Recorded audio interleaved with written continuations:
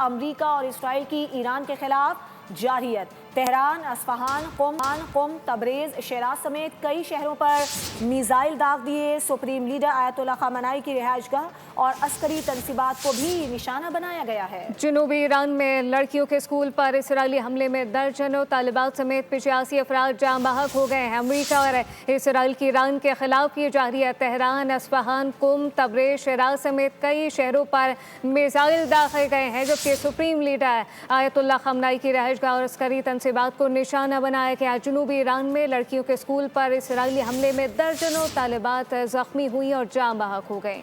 مشرق وسطیٰ میں جنگ کی آگ بھڑک اٹھی۔ امریکہ اور اسرائیل مشترکہ طور پر ایران پر حملہ آور ہو گئے۔ آپریشن ایپک فیوری کے تحت تہران سمیت کئی شہروں پر سمندر اور فضا سے میزائل داغے۔ سپریم لیڈر آیت اللہ خامنائی کے دفاتر کے قریب ابتدائی حملہ کیا گیا۔ صدارتی دفتر کو بھی نشانہ بنایا گیا۔ آیت اللہ خامنائی موقع پر موجود نہ تھے۔ ایرانی حکام کے مطابق سپریم لیڈر محفوظ مقام پر موجود ہیں۔ ایک اور کارروائی میں ایرانی انٹیلیجنس کا دفتر بھی زد میں آیا۔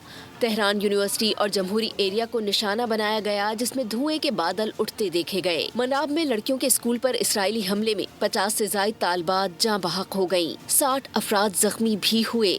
امریکی اور اسرائیلی فورسز نے اصفہان، تبریز، قم، کرج کو بھی نشانہ بنایا۔ غیر ملکی میڈیا کے مطابق امریکہ اور اسرائیل کی جانب سے 30 مقامات پر حملے کیے گئے۔ کارروائی میں بڑی تعداد میں ٹاماہاک میزائل استعمال ہوئے۔ تہران کے مہر آباد ایئرپورٹ کو بھی نشانہ بنایا گیا۔ ایرانی فضائی حدود بند کر دی گئی ہیں۔